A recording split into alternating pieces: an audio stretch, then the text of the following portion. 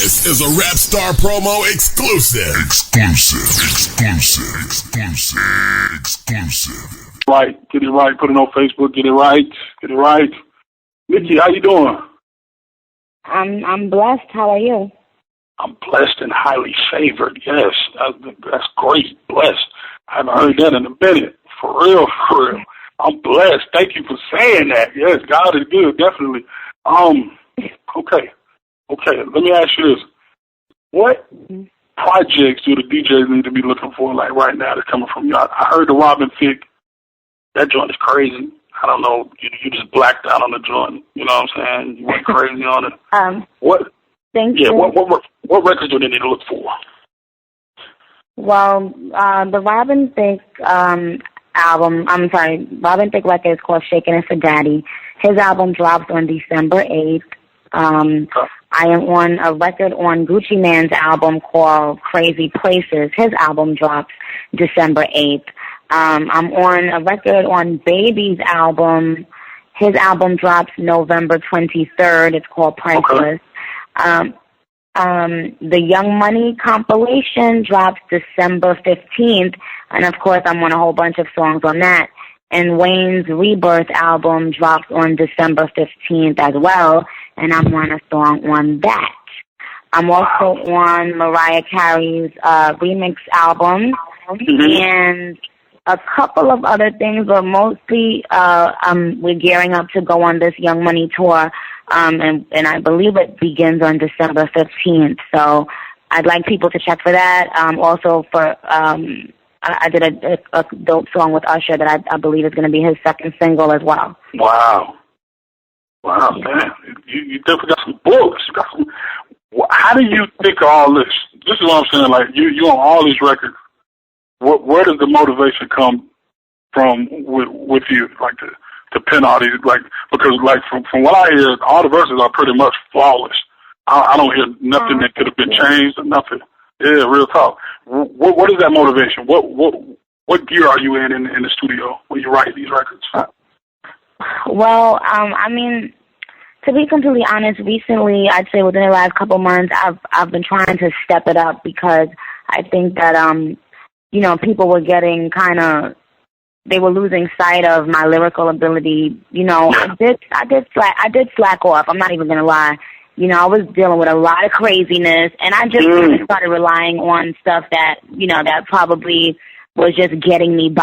I was doing a lot of get by verses, and then it just I had a long talk with Wayne, and it's funny how sometimes just like a conversation that you hate at the moment can change your life.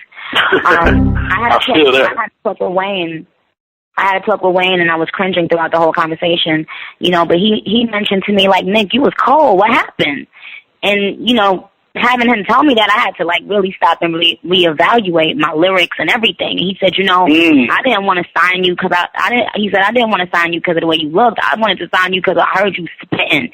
And I felt that you was spitting like the dudes. And, That's right. we fucked with you because of that. And he was, if the DJs aren't familiar, he was talking about the Come Up DVD, Volume 11. If you watch that, that's what Wayne saw, and that's what he saw Nicki Minaj do. And I think that I had stopped focusing on that, thinking, well, I don't need to do that. But I do need to do that. It's important for people to show, or for people to see that I'm smart enough to do metaphors just like the boys, and I'm witty enough to do a playful flow and all that stuff. So recently I stepped it up. The Robin Thicke song is a perfect example of me stepping it up, and I'm going to continue to do that. But, my motivation is that girls look up to Nicki Minaj now, and I got to go hard for them. It's so many girls that argue my case every day, and now I got to get them a crazy verse every time I'm out there so they can say, no, Nicki said this, Nicki said that, she nice, she could go up against the boys. I need to do that for them because females, we coming back. No, that's real. I want to ask you this, since you mentioned the Come Up DVD.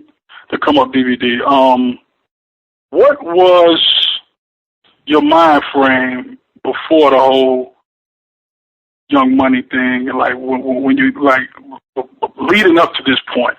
You feel me? What was your mind frame? Like, yo, I'm rapping, I know I'm gonna do it one day, or was it just like, grinding. I'm not worried about, making it to at a certain time, or. I just wanted to make money to take care of my mother. Like, that was always my motivation. Hold on, I'm sorry. Could you get me a charger? This phone is gonna die ASAP. When my mind frame around the Come Up DVD days was grind. Like, I was going up on Jamaica Avenue and handing out my CDs and selling my CDs to the Africans in the mixtape spots, and speaking to the DJs myself and saying, could you host my tape, and da da da da da, and speaking to people like Jadakiss and saying, could you feature on my music. It was grinding time for me at that time, and it still is, but it was a more grimy grind at that time because I wasn't getting that money at that time. I wasn't being booked for shows at that time, so it was do or die. Now I have the luxury of saying, I don't want to do shows for the month of December. At that time, I didn't have that luxury, so it was like my life depended on it, and I think that's why it was. I think I almost illustrated that in the way I rapped. I was way more hardcore at that time, and then when I started kind of living a little better, my rhymes got a little bit more playful. So now I'm just kind of balancing the two.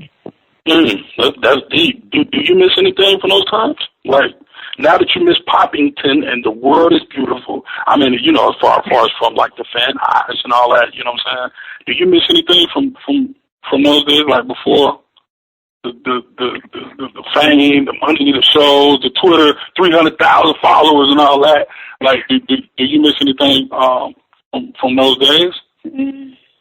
You know what? I won't say I miss them. But I take it. I've taken it with me. I allowed it to cause me to grow and just remember, when I didn't have anything and when so many people didn't believe in me. So I take that. I don't miss anything. No. That's deep. That's deep. How does it feel to be Nicki Minaj? I gotta ask, because listen, you got a cult following, you got a bunch of Barbies. I see chicks stepping it up. Say cult. That's a strong word. But you know what? For real, I see chicks that used to look bumpy. They used to be a certain way, and I believe that you have motivated them seriously to put on, a little eyeshadow, whatever y'all call it. You know what I'm talking about? And they, for real, and now they putting up pictures like they name, and then they put Barbie beside the picture. And I'm not every talk. So you do have a cult, though, and I think you know that. Well, I feel blessed to be given this, just given a forum to speak for girls, and that's why I try to make. I try to have more of an intelligent interview now because they watch everything I do and then they listen to everything I say. And it's important for me to show them that you have to be smart. Being cute, sexy, and all of that stuff, it means nothing if you're stupid. You get taken advantage of. That's all you get.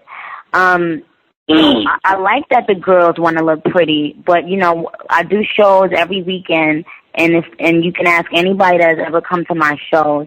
I always speak on college and going to school and being independent because that's what I want the girls to take away from Nicki Minaj. No matter what I say in my rap, and I'm not a saint, I'm not a nun, I'm not going to act like of course, you're getting it in. Whatever. Yeah. I say the crazy, freakiest shit in my raps at times. Yeah, hell yeah. But I've never been loose, and I tell the girls that I've always, since I was little, I was the girl that the boys wanted, but they couldn't have. I've always thought of myself as exclusive, and that's what I do with my Barbie dolls. So you could be a freak with the person you're with, but if you're running around giving it out to every and anybody, you're not exclusive. You're not a Barbie. You're corny. You know what I mean? That's what I hope they're taking away from me. This is a Rap Star promo exclusive. Exclusive.